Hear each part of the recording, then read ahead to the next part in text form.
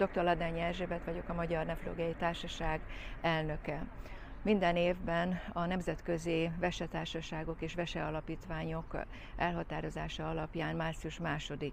csütörtökén ünnepeljük és szervezünk kampányt a Vesevilágnap alkalmából, illetve céljából, amikor a legfontosabb üzenetünk az, hogy felhívjuk a figyelmet az idült vesebetegségekre.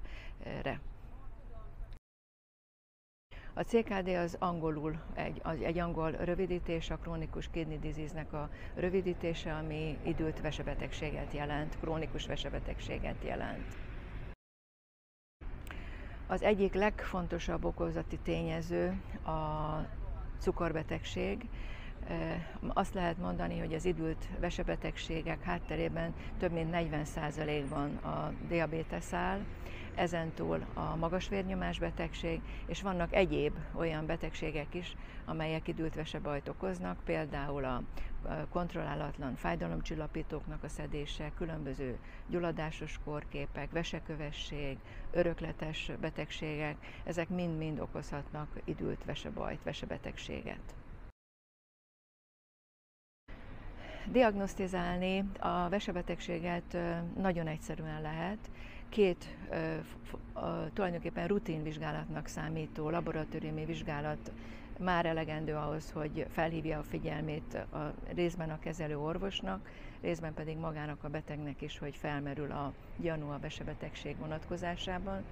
Az egyik ilyen laboratóriumi vérvizsgálat az az úgynevezett GFR érték, ami glomeruláris filtrációs rátának a rövidítése, ami arra ad nekünk felvilágosítást, hogy a vesének a szűrőképessége milyen mértékű, és a másik szintén egyszerű rutinvizsgálatnak számító és szűrésre alkalmas lehetőség, laboratóriumi vizsgálat, az pedig a vizeletvizsgálat, és azon belül is, aminek jelentősége van, az a vizelet fehérje tartalma, ami pedig arra ad felvilágosítást, hogy a vese vajon milyen mértékben károsodott.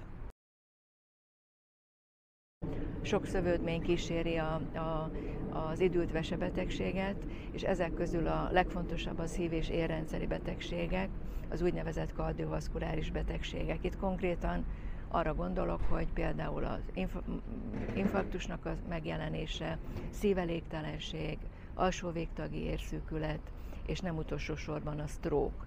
És végeredményben ezeknek azért van nagy jelentősége a szív- és érrendszeri betegségeknek, mert a vesebetegeket valójában nem feltétlenül és közvetlenül a vesebetegség következtében veszítjük el, hanem sokkal inkább, ahogyan említettem, a szív- és érrendszeri szövődmények folytán. Hát a leges legfontosabb, mint ahogyan említettem már, hogy szűrés. A szűrésnek óriási jelentősége van. Egyrészt ugye vannak a rizikócsoportok, a cukorbetegség, a magas vérnyomás betegség, az időskor, tehát ugye 65 év fölött különösen gondolnunk kell rá, és el kell végezni a szűrővizsgálatokat. Követni kell részben a szakmának is a betegeknek legalább ezen laboratóriumi leleteit. A házi orvosokra gondolok, háziorvos kollégákra, vagy társszakmákra, diabetológia, belgyógyászat, hipertonológia, illetve maga a beteg is követheti ezt a laboratóriumi leletei között ezt a két nagyon fontos paramétert. Tehát a szűrésnek van nagy jelentősége, és ezt időről időre a nem rizikócsoportokban is évente egyszer legalább érdemes elvégezni.